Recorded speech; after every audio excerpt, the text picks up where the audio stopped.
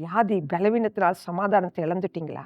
இன்னைக்கு கடன்காரன் வருவானே, இதுக்கு நான் என்ன செய்வேன் என்ற ஒரு ஏக்கமும் கவலையும் பயத்தோடு இந்த சமாதானத்தை இழந்த நிலையில காலையில உட்கார்ந்துருக்கீங்களா? இல்லை வேற எந்த விதத்துல உங்களுக்கு சமாதானம் உங்களை விட்டு போயிருக்கிறது? இன்னைக்கு உங்களுக்கு தேவனுடைய வார்த்தை என்ன தெரியுமா? பிரசனத்துக்கு வாங்க. இன்னைக்கு உங்களுக்கு தேவனுடைய வார்த்தை லூக்கா 8வது அதிகாரம் 48வது வசனம். அவர் அவளை பார்த்து, மகளே திடன்கொள், உன் விசுவாசம் உன்னை ரட்சித்தது, சமாதானத்தோட போ என்றார்.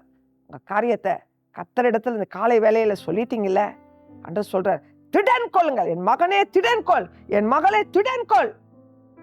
காரியத்துல கர்த்தர் உங்களுக்கு உதவி செய்துட்டார். கர்த்தர் உங்களுக்கு ஒரு அற்புதத்தை செய்திருக்கான்னு விசுவாசிங்க.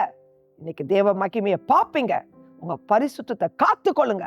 தேவனுக்கு நேராக பயபக்தியாக சாட்சியாக வாழ, உண்மையோடு வாழ நீங்க அர்ப்பணித்து தேவ பிரசனத்தை தேடி ஜெபிங்க.